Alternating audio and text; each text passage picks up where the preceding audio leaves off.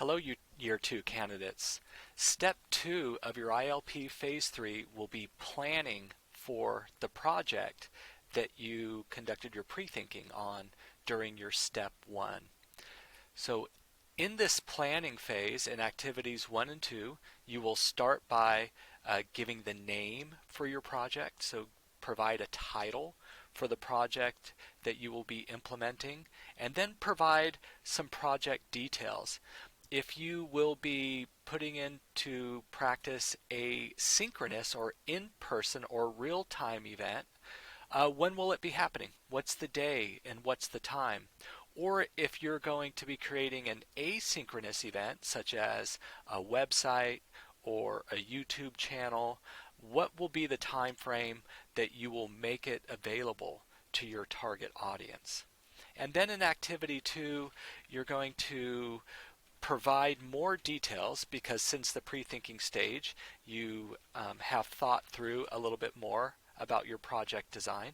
Provide more details about your project. What is going to be the overall purpose of your project? And so provide a description of your project or your event in more detail. Describe what it is, and then what is your objective? What is your purpose in creating this project? And then again, who is your target audience? And what do you anticipate will be the impact? What do you hope will be the impact on this target audience that you've chosen? And then in activity 3, this is where you're going to get down into the specifics of your project.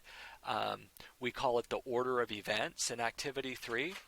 And so what is going to be the order of activities? And these are broad, open-ended questions, so be sure to apply these questions to your in-person, real-time event or project.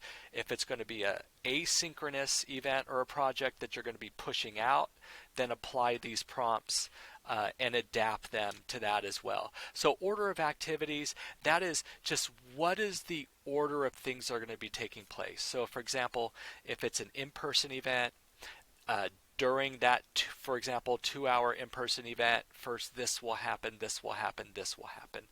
If it is an asynchronous event, such as pushing out a website of resources to colleagues, then you will then talk about your order of how you will make that available and what will be the time frame, etc. What's going to be the timing of each phase? So if it's a real-time event, then what is going to be the timing of each of those phases? If it is an asynchronous event that you push out, what will be the time frames that you will be moving through each phase of that? And interacting with the target audience. How will you specifically be interacting with the group that you have in mind that you want to impact with your project?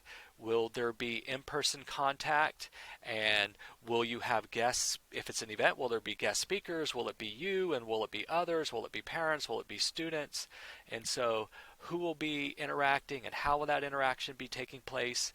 Again, if it's a website or a YouTube channel, for example, then will it just be you as a presenter interacting? So apply these prompts specifically to how your project is. We have left them really open-ended in general, just so that it can get you to the thinking.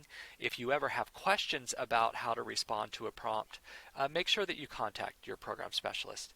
And then in activity 4, this prompt here is meant to put on your radar that you need to be thinking about the evidence that you're going to collect during your event. And so these could be photos, these could be work samples, these could be responses, these could be anything that's produced or created during the event, written responses, responses that are emailed. It's going to be very important that you do collect evidence while your event or project is being implemented, so that you could share this with the audience during your induction showcase presentation near the end of the year.